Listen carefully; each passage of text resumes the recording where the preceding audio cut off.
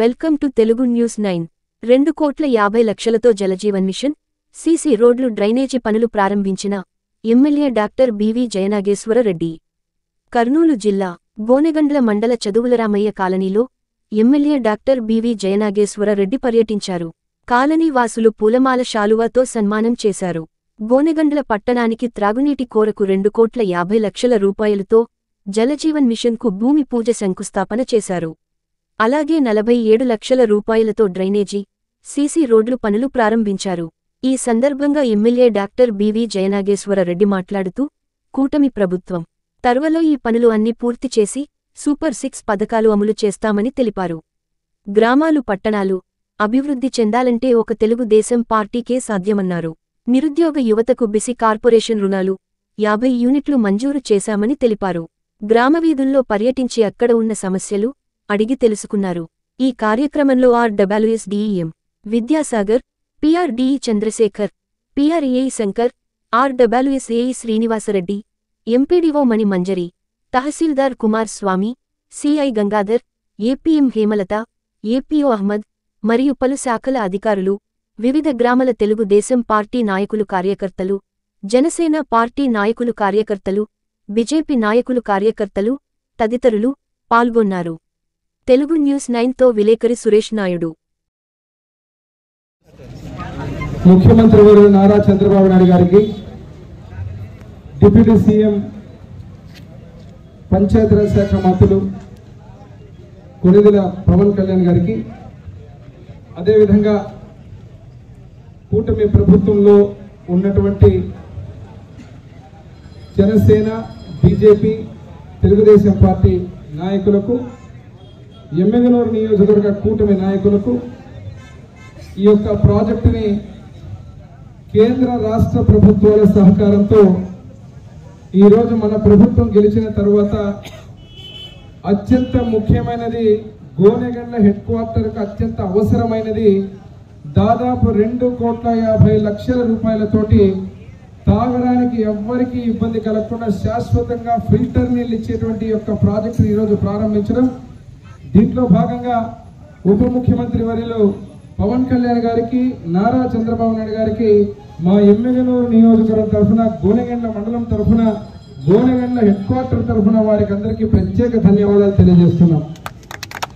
మరి అంతేకాకుండా ఈ యొక్క ప్రెస్ మీట్కు ముఖ్య ఉద్దేశం, మీకు అందరికీ తెలుసు, గత ప్రభుత్వంలో ఎల్ఎల్సి దగ్గర నుంచి వచ్చేటువంటి నీళ్లు కానీ, ఆ నీళ్ల ద్వారా వచ్చేటువంటి సాగు త్రాగునీరు కానీ ఏ రకంగా నియంత్రణ చేయాలా, ఏ రకంగా మన వాటాను తెప్పించుకునే విధానంలో కానీ అసలు పట్టించుకున్న నాథం లేదు.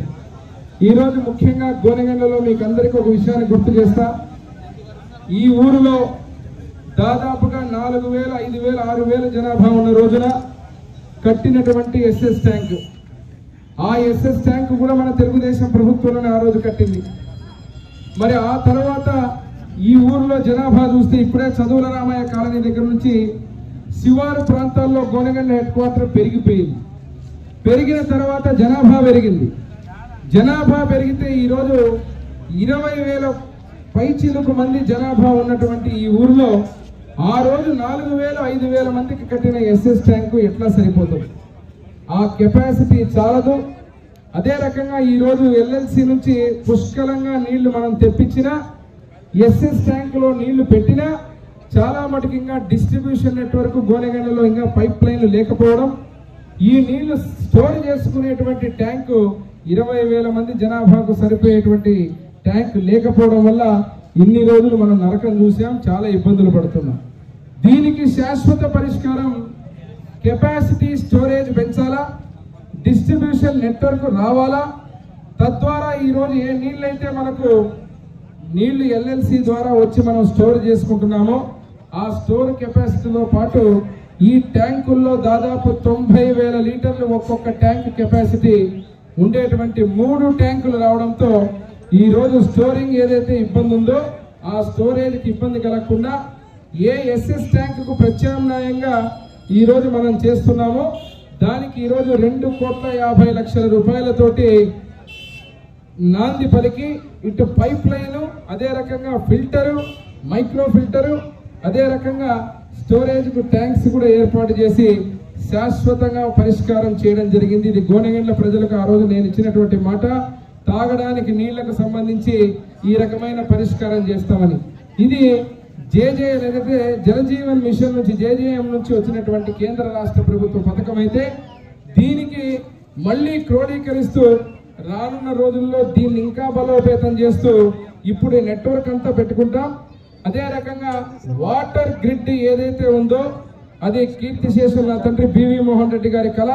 అదే రకంగా నందమూరి తారక రామారావు గారు, అదే విధంగా నారా చంద్రబాబు నాయుడు గారు, ఈరోజు పవన్ కళ్యాణ్ గారు సంయుక్తంగా వారు తలంచినటువంటి గ్రామానికి త్రాగునీరు, పరిశుద్ధమైనటువంటి ఫిల్టర్ నీళ్ళు ఇచ్చేటువంటి ఆ యొక్క వాటర్ గ్రిడ్ దాదాపు 282 నుంచి 290 కోట్లతో ప్రతిపాదన పంపించడం జరిగింది. ఈ రోజే చూశారు మీరు, ముఖ్యమంత్రి వర్యులు ఢిల్లీకి పోయి 54,000 కోట్లు జలజీవన్ మిషన్ కాదు అధికంగా నిధులు కూడా అడగడం జరిగింది. పేపర్ చూసింటారు మీరు ఈరోజు. దాంట్లో భాగంగా మనకు కూడా మన ఎమ్మెగనూరు నియోజకవర్గంలో ఆ వాటర్ గ్రిడ్ కూడా అతి త్వరలో శాంక్షన్ చేసుకుని వచ్చి గాజుల దిన్న ప్రాజెక్టు నుంచి ఏదైతే వాటర్ గ్రిడ్ పెట్టబోతున్నామో పుష్కలంగా ఈరోజు మీరు నీళ్లు చూస్తారు. గతంలో జీడిపిలో నీళ్లు ఉండేవే కాదు, ఈ రోజు జలాశయం బ్రహ్మాండం కలకలలాడుతూ ఉంది. ఆ నీళ్లు రెయిన్ ఫెడ్ మామూలుగా మనకు వర్షాలు పడితే తప్ప మన జీడిపి నిండేటువంటి పరిస్థితి కాదు. ఈ రోజు హంద్రీ నుంచి ప్రత్యేకంగా ఆ నీళ్లు 3.5 టీఎంసీ నీళ్లు ఏదైతే ఉన్నాయో మార్చి వరకు మనకు నీళ్లు తెప్పించుకొని జలాశయాన్ని మొత్తం బ్రహ్మాండంగా నింపాం. ఇటు సాగునీరు రైతులకు, త్రాగునీరు ఏప్రిల్ మేలో కూడా ఏ ఇబ్బంది కలగకుండా ముందస్తు చర్యలు తీసుకొని ఆ జలాశయాన్ని కూడా నింపి బ్రహ్మాండంగా రానున్న రోజుల్లో ఏ నీటి కష్టాలు లేకుండా ఇబ్బందులు కలగకుండా చేస్తున్నాం. కానీ నీళ్లు తేవగలిగాం, కానీ గత ప్రభుత్వాలు చేసిన పాపాలు ఇంకా కొన్ని ఇంటి ముందు పైప్ లైన్లు, ఆ డిస్ట్రిబ్యూషన్ నెట్వర్క్ లేవు. దానికి గ్రామం కూడా ఈరోజు సర్పంచులు ఉన్నారు. గతంలో వైఎస్ఆర్ పార్టీ తరఫున గెలిచిన సర్పంచులకే జగన్మోహన్ రెడ్డి ముఖ్యమంత్రిగా ఉన్నప్పుడు ₹1 కూడా ఇచ్చిన దాఖలాలు లేవు. ఆ రోజు ప్రభుత్వంలో జగన్మోహన్ రెడ్డి ముఖ్యమంత్రిగా ఆ రోజు సర్పంచులు చిప్ప తీసుకుని భిక్షాటన చేసిన రోజులు చూశాం. ఈ రోజు ముఖ్యమంత్రిగా చంద్రబాబు నాయుడు గారు మన కూటమి ప్రభుత్వం అధికారంలోకి వచ్చిన వెంటనే ఇప్పటికే 2 విడతల డబ్బులు కేంద్ర ప్రభుత్వం నుంచి లోకల్ బాడీస్ కి డబ్బులు ఇవ్వడం జరిగింది. రేపు మార్చి తర్వాత మార్చి చివరి వారంలో 3వ విడత కూడా డబ్బులు వస్తున్నాయి. ఇది అనుసంధానం చేసుకుని తద్వారా పైప్ లైన్స్ కానీ, అదే రకంగా గ్రామం ఈ జేజేఎంలో గతంలో ఆ డబ్బులన్నీ వెనక్కిపోయినాయి. ఇప్పుడు ప్రత్యేకంగా వాటర్ గ్రిడ్ కింద పెట్టి ఆ స్కీమును తెస్తున్నాం. ఈరోజు ఇక్కడే టీఈ గారు ఉన్నారు, కాంట్రాక్టర్ గారు ఉన్నారు. నేను చెప్పేది ఏమంటే తక్షణమే ఇక్కడ గోనెగండలో మనకు సమ్మర్ 1 నెలలో ఉంది కాబట్టి ఒక ట్యాంక్ మీరు ఆల్రెడీ కమిషన్ చేయాలా, కనెక్షన్ ఇవ్వాలా. ఇమ్మీడియట్ గా ఇప్పుడు ఇబ్బంది కలగకుండా 90,000 లీటర్లకు మనకు పైప్ లైన్ ట్యాంకు నీళ్లు నింపితే మిగిలిన 4 నెలల్లో మిగతా వర్కులు ముగించి ఇప్పుడు ఈ నీళ్లు ఎండాకాలంకి ఇబ్బంది కలగకుండా ఇప్పుడే అక్కలు చెల్లెలు అడుగుతున్నారు సార్ పైప్ లైన్ లేవని. ఈ రోజు నేను తిరిగిన తర్వాత ఎక్కడ లేదు